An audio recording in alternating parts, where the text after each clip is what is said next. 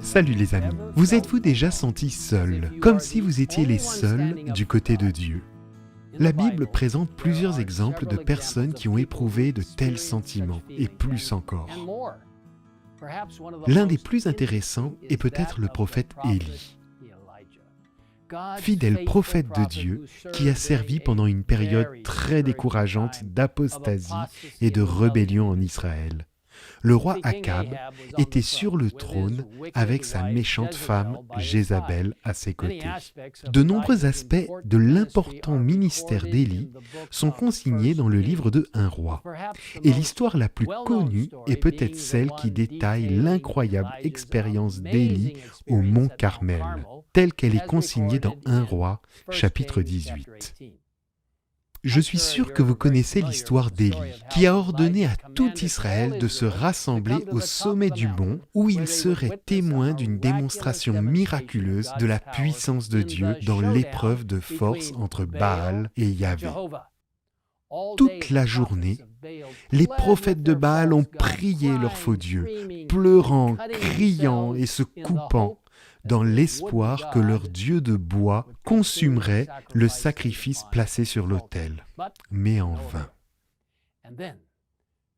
Et puis il y avait Élie, se tenant courageusement seul du côté du vrai Dieu, Yahvé. Le profond livre, Prophètes et Rois, nous en donne une image très claire.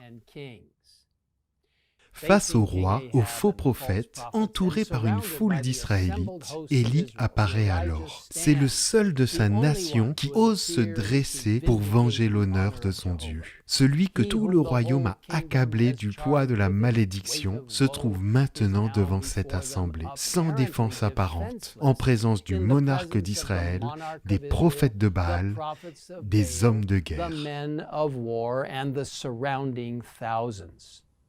L'histoire continue avec Élie, qui s'adresse au peuple en criant « Jusqu'à quand aurez-vous un comportement boiteux? Si c'est l'Éternel qui est Dieu, suivez-le. Si c'est Baal, suivez-le. » Le peuple ne répondit rien.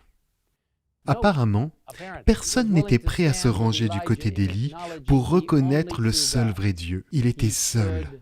Et pourtant, il n'était pas vraiment seul. On nous dit que, au-dessus et autour de lui se déploient les armées protectrices du ciel, les anges qui excellent en force, sans honte, sans frayeur. Le prophète se tient devant la foule, pleinement conscient de la grandeur de la mission qui lui a été confiée pour exécuter l'ordre divin.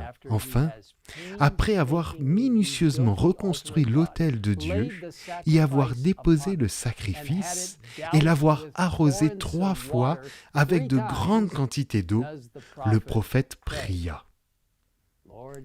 Éternel, Dieu d'Abraham, d'Isaac et d'Israël, que l'on sache aujourd'hui que c'est toi qui es Dieu en Israël et que moi, je suis ton serviteur et j'ai fait tout cela sur ton ordre.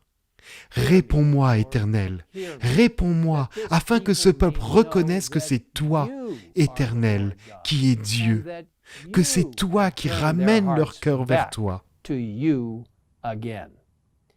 Aussitôt, le feu est descendu du ciel, consumant le sacrifice, le bois, les pierres, la poussière et asséchant l'eau entourant l'autel. La prière d'Élie a été entendue et a été exaucée. Mes amis, avez-vous déjà eu l'impression d'être les seuls du côté du Seigneur? Soyez assurés que, même si cela ne semble pas être le cas, vous n'êtes pas seuls. Dieu est avec vous. Ses anges vous entourent. Il vous donnera la sagesse, les conseils et le courage de rester à ses côtés, quelles que soient les circonstances auxquelles vous serez confrontés. Et n'oubliez pas, comme Dieu l'a dit plus tard à Élie, il y a aussi d'autres croyants fidèles. Mais je vais laisser en Israël 7000 hommes, dit l'Éternel.